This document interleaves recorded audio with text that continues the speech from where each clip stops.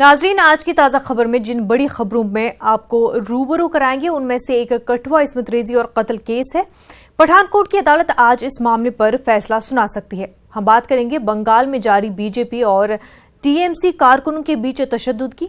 BJP महिला मोर्चा ने आज ब्लैक डे मनाने का ऐलान किया है। इसके अलावा हम बात करेंगे इटावा में राजधानी एक्सप्रेस हादसे की, जिसमें मुतअद्दिद हलाकतें हुई हैं और दर्जनों जख्मी हैं। इसके अलावा दीगर अहम खबरों पर भी हमारी नजर रहेगी।